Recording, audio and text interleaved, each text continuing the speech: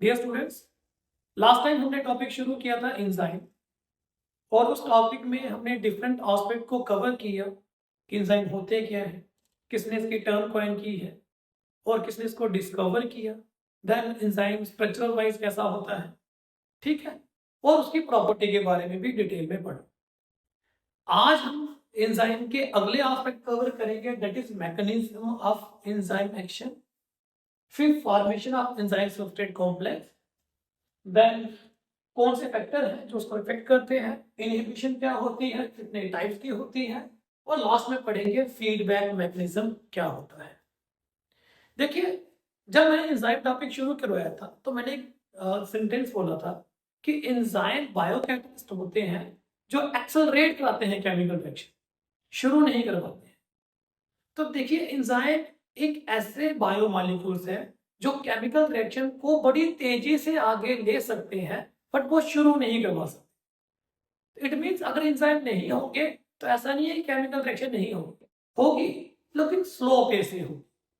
तो एंजाइम ऐसा क्या करते हैं कि केमिकल रिएक्शन जो उनकी एब्सेंस में धीरे धीरे होती है, उनकी प्रेजेंस में वो काफी मल्टीपल फोल्ड इंक्रीज कर जाती है, और यही है मैकेनिज्म ऑफ एंजाइम एक्शन। देखिए क्या होता है, जब भी कोई केमिकल रिएक्शन होनी होती है तो हमें एक मिनिमम अमाउंट ऑफ एनर्जी चाहिए होती है to start up the chemical reaction, right. उस एनर्जी को हम बोलते हैं एक्टिवेशन एनर्जी। लोरिंग को आप छोड़ दीजिए, आप इस वर्ड पे आइए, एक्टिवेशन एनर्जी। तो एक्टिवेशन एनर्जी क्या होती है?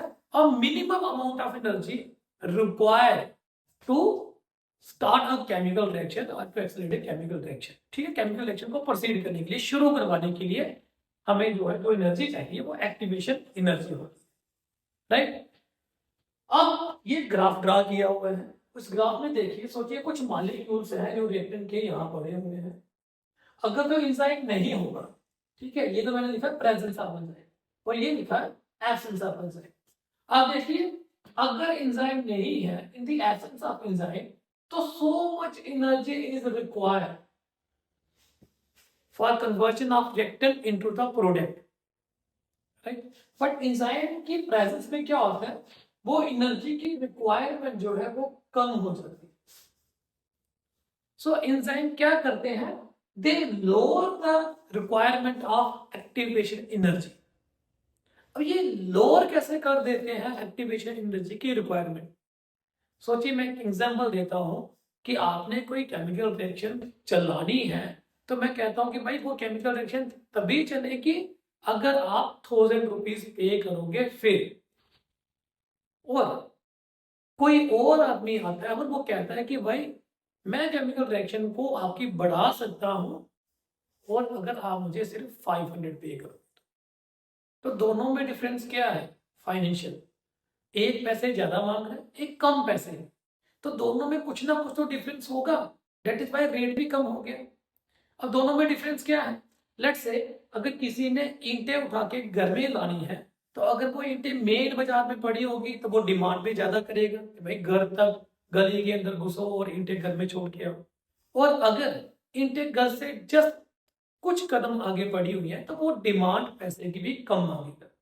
इसी तरीके से एंजाइम क्या करता है, एंजाइम देखता है कि भाई मेरे बिना इसे एक्टिवेशन एनर्जी की बड़ी ज्यादा रिक्वायरमेंट है, अगर मैं एक्टिवेशन एनर्जी की डिमांड को कम कर दूं तो रेट ऑफ केमिकल रिएक्शन काफी ज्यादा आगे बढ़ जाए। अब इसका मैकेनिज्म कैसे होता है? देखिए, नॉर्मली सोचिए ये कुछ रिएक्टेंट मॉलिक्यूल है, तो रिएक्टेंट मॉलिक्यूल आपस में इंटरेक्ट होंगे, आपस में टकराएंगे due to the presence of their kinetic energy, है ना। कोई भी केमिकल रिएक्शन होनी है तो टेम्परेचर क्या करता है, काइनेटिक एनर्जी देता है, वो एक्सेलरेट करना शुरू हो जाते हैं, ऑसिलेट करना शुरू हो जाते हैं, जो मॉलिक्यूल है वो आपस में टकराते हैं और वो एक नया प्रोडक्ट बनाते हैं, राइट। तो जितनी दूर मॉलिक्यूल होगा इतनी ज्यादा एनर्जी देनी पड़ेगी भाई, कि इनकी काइनेटिक एनर्जी जो है वो बढ़ जाए और ये आपस में टकरा सके, ये वाला मॉलिक्यूल इधर जाके टकराए और ये वाला इसके साथ टकरा सके। एंजाइम क्या करता है, एंजाइम देता है इनको एक्टिव साइट, और एक्टिव साइट में इनकी प्रॉक्सिमिटी काफी पास आ जाती है।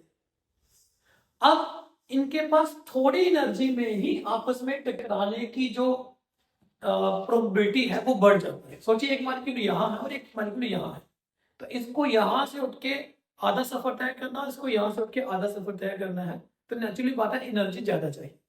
लेकिन अगर यही दो मॉलिक्यूल बिल्कुल इतनी पास है तो ये कम एनर्जी में भी आपस में टकरा जाएंगे। यही कंसेप्ट जो है वो एंजाइम यूज करता है। एंजाइम उनकी प्रॉक्सिमिटी जो है सबस्ट्रेट की बिल्कुल पास पास कर देता है ताकि वो प्रोडक्ट में चेंज हो सके। सो एंजाइम किस तरीके से डील करता है, अभी सुपरफिशियली हम पढ़ रहे हैं, it lower the requirement of activation energy, right. अब कैसे ये काम करेगा, bye formation of enzyme substrate complex. ठीक है, तो एंजाइम है, एंजाइम के साथ सबस्ट्रेट आएगा तभी तो आपस में इंटरेक्शन होगी। तो एंजाइम का सबस्ट्रेट के साथ जुड़ना जो होता है उसे एंजाइम सबस्ट्रेट कॉम्प्लेक्स फॉर्मेशन बोलते हैं। जैसे कि कोई भी केमिकल रिएक्शन होनी है तो क्या होगा, एंजाइम है प्लस सबस्ट्रेट है, तो वो एंजाइम सबस्ट्रेट कॉम्प्लेक्स बनाता है, then it ultimately result into enzyme plus product. तो एंजाइम के साथ सबस्ट्रेट का जुड़ना जो है वो एक ट्रांजिटरी फेज है, एंजाइम सबस्ट्रेट कॉम्प्लेक्स, और बाद में क्या होता है, एंजाइम रिकवर हो जाते हैं और प्रोडक्ट बन जाता है। तो इसके लिए दो डिफरेंट थ्योरीज दी गई हैं। पहली है लॉक एंड की मॉडल और दूसरी है induce fit model. Lock and की थ्योरी जो है वो दी हुई है ईमेल फिशर ने इन 1894। इसने क्या बोला, कहते कि भाई एक एंजाइम एक पर्टिकुलर सबस्ट्रेट के ऊपर बिल्कुल वैसा ही फिट बैठता है जैसे एक पर्टिकुलर ताले की पर्टिकुलर चाबी हो। तो इसने बोला कि एंजाइम ऑलमोस्ट बेहद रिजिड हो। तो एज पर दिस कि अगर ये एंजाइम ऐसा है तो ये इस टाइप के सबस्ट्रेट के साथ ही फिट बैठेगा और इसी के साथ कॉम्प्लेक्स बनाएगा। तो ये हाईली रिजिड थ्योरी दी गई थी बाय ईमेल फिशर ने, और इसने इस थ्योरी का नाम दिया था लॉक एंड की थ्योरी, कि जैसे एक पर्टिकुलर लॉक को एक पर्टिकुलर चाबी ही खोल सकती है, इसी तरीके से एक पर्टिकुलर एंजाइम एक पर्टिकुलर सबस्ट्रेट के साथ ही अटैच करेगा। दूसरी थ्योरी जो दी गई वो दी गई है बाय पोर्टलैंड इन 1959। इसे इंड्यूस्ड फिट मॉडल कहते हैं, और इस मॉडल में इसने एक्सप्लेन किया कि एंजाइम का एक्शन बिल्कुल वैसा होता है जैसे ग्लव और हैंड का होता है। तो आप ग्लव में अपने हैंड को फिट करते हैं, ठीक है, तो ग्लव एडजस्ट करता है और आपके हैंड वहां पर फिट हो जाते हैं। इसी तरीके से इसने बोला एंजाइम इतना रिजिड नहीं होता, वो समवट फ्लेक्सिबल होता है ताकि सबस्ट्रेट उसके बीच में जाके फिट हो जाए और फिर उनके बीच में कॉम्प्लेक्स बन जाए। इसका मतलब उसने बोला अगर एंजाइम कोई ऐसा है और सबस्ट्रेट थोड़ा सा ऐसे है तो एंजाइम ट्राई करेगा कि ये भी अपनी कन्फर्मेशन थोड़ी सी उसके मुताबिक चेंज करेगा ताकि वो इसके अंदर फिट बैठ जाए। ठीक है, तो यहाँ पर उसने ये दिखाया हुआ है कि एंजाइम स्ट्रक्चरल वाइज इतना रिजिड नहीं होता as proposed by Emil Fischer, और ये थ्योरी जो है वो इससे लेटेस्ट है, इट वाज गिवन इन 1959। दोनों ही थ्योरी ये बोलती हैं कि भाई एंजाइम और सबस्ट्रेट का कॉम्प्लेक्स होना जरूरी है so as to proceed for the chemical reaction. अब जब ये आपस में इंटरेक्ट करते हैं इनमें क्या बदलाव आता है वो एटलीस्ट आपके लेवल की बातें नहीं होंगी, आपके लेवल की थी कि एंजाइम किस तरीके से क्या करता है कि वो केमिकल रिएक्शन एक्सेलेंट हो जाती है। तो हमने बोला एक्टिवेशन एनर्जी को कम कर देता है, उसकी रिक्वायरमेंट को कम कर देता है। फिर बोलते हैं एक्टिवेशन एनर्जी को कैसे कम करेगा, तो वो इसीलिए क्योंकि एंजाइम सबस्ट्रेट को क्लोज प्रॉक्सिमिटी देता है। क्लोज प्रॉक्सिमिटी कैसे देगा, क्योंकि वो एक्टिव साइट जो कि क्लेफ्ट की शेप में होती है वहां पर एंजाइम के जो हिस्सा है वहां पर ये सबस्ट्रेट अटैच हो जाता है। फिर उसने बोला कि सबस्ट्रेट अटैच कैसे होगा, तो ये दो मैकेनिज्म है, थ्योरीज है सॉरी, एक लॉक एंड की थ्योरी है और दूसरी है इंड्यूस्ड फिट मॉडल थ्योरी। दोनों ने अपने अपने तरीके से बताया है कि कैसे एक सबस्ट्रेट एंजाइम के साथ जो है वो इंटरेक्शन कर सकता है। इसके बाद आता है फैक्टर्स इफेक्टिंग एंजाइम एक्शन, कि जब एंजाइम अपनी पार्टिसिपेशन कर रहे हैं कौन कौन से फैक्टर्स हैं जो उसे इफेक्ट कर सकते हैं। तो सबसे पहला फैक्टर है टेम्परेचर। तो टेम्परेचर जो है वो एंजाइम के मैकेनिज्म को कैसे इफेक्ट करता है। देखिए, with every degree rising temperature तो जो केमिकल रिएक्शन है वो क्या हो जाती है, डबल हो जाती है। तो जैसे जैसे टेम्परेचर को आप बढ़ाते जाओ, ठीक है, जैसे जैसे टेम्परेचर बढ़ेगा तो रेट ऑफ केमिकल रिएक्शन भी बढ़ती जाएगी। बट आपको पता है कि टेम्परेचर जरूरी नहीं सिर्फ पॉजिटिव रोल प्ले करे, तो एंजाइम की रिक्वायरमेंट होती है अप टू सर्टेन लिमिट वो टेम्परेचर को बियर कर सकते। लेकिन टेम्परेचर अगर 70 डिग्री 80 डिग्री पहुंचना शुरू हो जाएगा तो एंजाइम प्रोटीन के बने होते हैं, तो ऑब्वियसली बात है वो डीनेचर हो जाते हैं, राइट। तो टेम्परेचर के बढ़ने से rate of chemical reaction obviously बढ़ती है, but up to certain extent. उसके बाद रेट ऑफ केमिकल रिएक्शन नहीं बढ़ सकती। देन आता है पीएच। हर एक एंजाइम एक पर्टिकुलर पीएच में ही फंक्शन करता है। मोस्टली इसका जो पीएच होता है वो होता है न्यूट्रल। तो एंजाइम मोस्टली न्यूट्रल पीएच में रोल प्ले करता है, but there are certain enzyme जो कि हमारे गट के एंजाइम होते हैं जो अल्कलाइन मीडियम में पार्टिसिपेट करते हैं या फिर एसिडिक मीडियम में, ठीक है। There are certain exceptions also. Then concentration of the enzyme, की फॉर एंजाइम की कंसंट्रेशन। ऑब्वियसली बात है, अगर एक काफी ज्यादा सबस्ट्रेट है तो एंजाइम के बढ़ जाने से सबस्ट्रेट का क्या होगा, अटैचमेंट की जगह बढ़ती जाएगी। तो with the increase in concentration of the enzyme the rate of chemical reaction भी बढ़ती जाएगी, है ना। सोचो मेरे पास अगर 50 स्टूडेंट है और मैं अकेला 50 को हैंडल कर रहा हूँ, तो अगर मेरे साथ कोई दूसरा तीसरा टीचर भी आ जाता है तो हम क्या होते हैं, इफेक्टिवली एक एक बच्चे के ऊपर फोकस कर सकते हैं। जितनी स्ट्रेंथ बच्चों की बढ़ती जाएगी, राइट, तो मैं इंडिविजुअल अटेंशन नहीं पे कर पाऊंगा। तो एक पहला था कि अगर रेट ऑफ केमिकल रिएक्शन कैसे बढ़ती है, अगर सबस्ट्रेट की कंसंट्रेशन बढ़ती जाएगी, वो यहाँ पर भी आएंगे। दूसरा, अगर एंजाइम की कंसंट्रेशन बढ़ती जाएगी, तो एंजाइम की कंसंट्रेशन बढ़ाते जाएंगे तो रेट ऑफ केमिकल रिएक्शन बढ़ती जाएगी, but up to certain level, कि जब सिर्फ एंजाइम कर दोगे तो केमिकल रिएक्शन कैसे बढ़ेगी। दूसरा, रेट ऑफ सबस्ट्रेट कंसंट्रेशन, जितना सबस्ट्रेट की कंसंट्रेशन बढ़ जाएगी तो उनकी प्रॉक्सिमिटी भी बढ़ना शुरू हो जाएगी, वो एक सबस्ट्रेट आपस में एक दूसरे से जल्दी इंटरेक्ट करेंगे, तो रेट ऑफ केमिकल रिएक्शन भी बढ़ना शुरू हो जाएगी। बट एट सैचुरेशन लेवल, उसके बाद ये rate of chemical reaction slow down हो जाएगी। देन एक्टिवेटर प्लस पॉइजन, तो रेट ऑफ केमिकल रिएक्शन जो है वो इनहांस भी हो सकती है, वो डिक्रीज या बंद भी हो सकती है, डिपेंडिंग अपॉन कि उसके साथ एक्टिवेटर है या फिर इनहिबिटर है जो कि परमानेंट होगा। जैसे पॉइजन वगैरह क्या है हमारे, हम मर जाते हैं किसी पॉइजन से, वो क्यों, क्योंकि वो बेसिक मेटाबॉलिक रिएक्शन को हैम्पर कर देते हैं, ठीक है, जिससे बॉडी फंक्शन नहीं कर पाती। तो पॉइजन कुछ ऐसे होते हैं, ठीक है, तो जो क्या करते हैं, एंजाइम की एक्टिविटी को बिल्कुल स्टॉपेज पे ले आते हैं, या फिर कुछ एक्टिवेटर होते हैं जो नाम इंडिकेट कर रहा है एंजाइम को मोर एक्टिवेट कर देते हैं ताकि उसकी एफिशिएंसी बढ़ाई जा सके। इसके बाद जो टॉपिक है दैट इज इनहिबिशन, कि सोचिए एंजाइम तो है और वो काम भी कर रहा है, वो रेट ऑफ केमिकल रिएक्शन को एक्सेलरेट भी कर रहा है, बढ़ाए भी जा रहा है, लेकिन क्या हम उसे इनहिबिट कर सकते हैं? और अगर कर सकते हैं, रेट ऑफ केमिकल रिएक्शन को कंट्रोल कर सकते हैं, तो वो किस मैकेनिज्म से कर सकते हैं?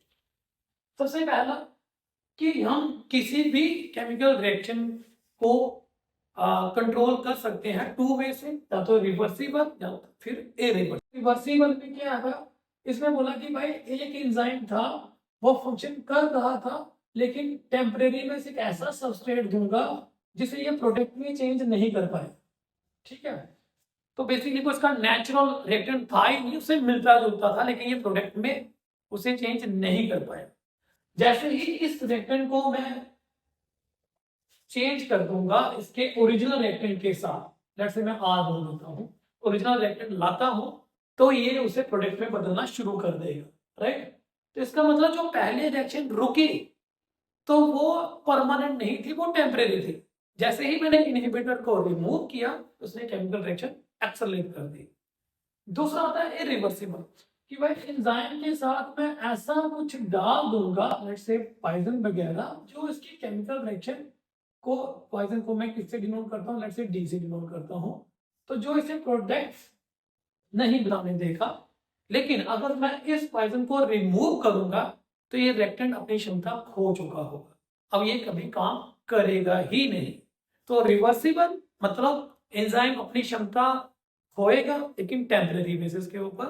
इरिवर्सिबल एंजाइम की क्षमता परमानेंटली लूज हो जाएगी, वो काम करना बंद कर जाएगी।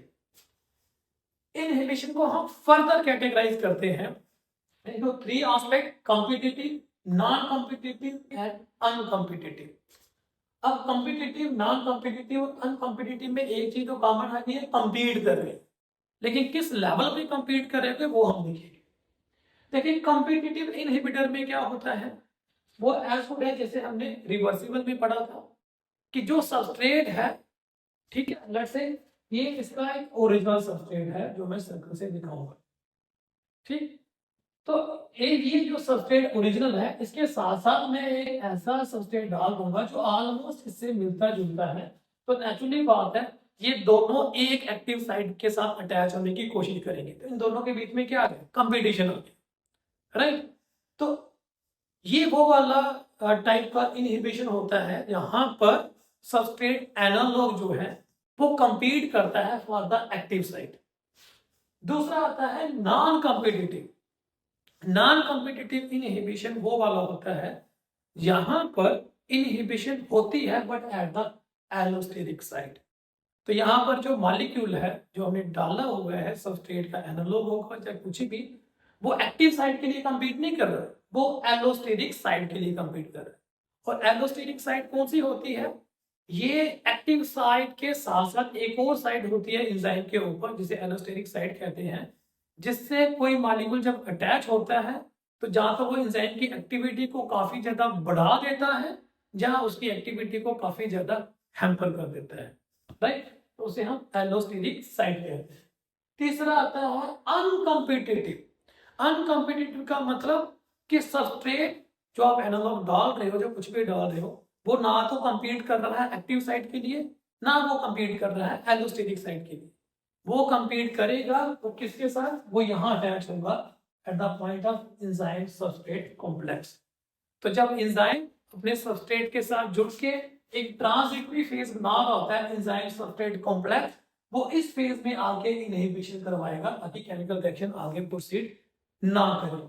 मैं फिर से बता देता हूं, एक तो था एक्टिव साइट के लिए कंपटीशन होना, ये एंजाइम है, ये इसका सबस्ट्रेट एक है, दूसरा भी सबस्ट्रेट आ जाएगा जो इससे मिलता जुलता होगा लेकिन इसकी एक्टिव साइट के लिए कंपीट कर रहा होगा ताकि प्रोडक्ट को कंट्रोल किया जा सके। दूसरा होता है नॉन कंपीटिटिव जो कि एंजाइम की साइट को अटैच करेगा but other than the active site, ठीक है। तो अगर ये एंजाइम है तो ये इसकी एक्टिव साइट है, this is the active site, तो यहाँ इसकी एक एलोस्टेरिक साइट भी होगी, तो ये एलोस्टेरिक साइट पर अटैच होने की कोशिश करता है ताकि इसकी एक्टिविटी को इनहिबिट किया जा सके। लास्ट में आता है अनकॉम्पिटिटिव। अनकॉम्पिटिटिव कहता है कि मुझे ना एक्टिव साइट से लेना देना है ना एलोस्टेरिक साइट से लेना देना है, मैं अटैच करूंगा एंजाइम और उसके साथ जो सबस्ट्रेट है, जब इनका कॉम्प्लेक्स बनेगा तब मैं इसके साथ अटैच करूंगा और इसे हम बोलते हैं enzyme substrate complex inhibitor, right. यहाँ तक बातें क्लियर होगी। एलोस्टेरिक साइट को मैंने यही पे एक्सप्लेन कर दिया, it is site other than the active site, यहाँ पर सबस्ट्रेट अटैच होता है, ठीक है, टू इनहांस और to regulate the activity of the enzyme.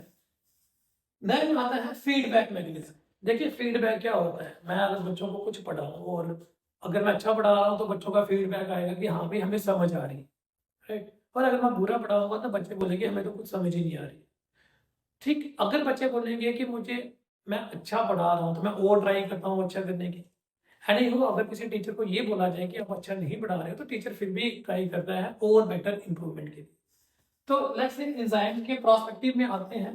तो एंजाइम क्या करता है कि सोचिए, अगर फीडबैक मैकेनिज्म क्या बोलता है, वो ये बोलता है कि सोचिए एंजाइम एक सबस्ट्रेट के साथ निकल के एक प्रोडक्ट बनाता है जिसे ए कहते हैं, ठीक है। ये जो प्रोडक्ट ए है ये फीडबैक मैकेनिज्म है और ये एंजाइम को और ज्यादा मोटिवेट करता है कि भाई तुम और ज्यादा ए बनाओ, मतलब ऐसा प्रोडक्ट बनाओ। तो इसमें क्या है, प्रोडक्ट इटसेल्फ एक्टिंग एज आप बोल सकते हो स्टिमुलेट कर रहा है कि भाई आप मेरे जैसे ओवर प्रोड्यूस करो, ठीक है। तो इसे हम बोलते हैं पॉजिटिव फीडबैक। ठीक है, जो प्रोडक्ट बन रहा है वो उसे मोटिवेट कर रहा है, उसे प्रोडक्ट और बनाओ। एक होता है नेगेटिव फीडबैक, तो जो प्रोडक्ट बनेगा वो इसे बोलेगा कि बस करो, जितना बन चुका इतना ही रखिए, तो वो होता है नेगेटिव फीडबैक। तो पॉजिटिव भी हो सकता है और नेगेटिव भी हो सकता है। तो याद रखिए, फीडबैक का मतलब कि प्रोडक्ट कंट्रोल करेगा एंजाइम की रिएक्शन को। It's not the enzyme, it's not the substrate, but it's the product that is going to control the rate of the chemical reaction। तो प्रोडक्ट जहां तो इंसान को बोलेगा कि इस रिएक्शन को और इनहांस करो, और ज्यादा प्रोडक्ट बनाओ, ठीक है, जहां भी प्रोडक्ट बोलेगा कि भाई जो केमिकल रिएक्शन है इसे हैम्पर करो, बस इतना ही चाहिए। तो that was all about the other aspect of the enzyme. मैंने इतना ज्यादा डेप्थ नहीं लिया और ना ही इतना ज्यादा सुपरफिशियली। होपफुली आप इसे अंडरस्टैंड करेंगे। थैंक यू बच्चे।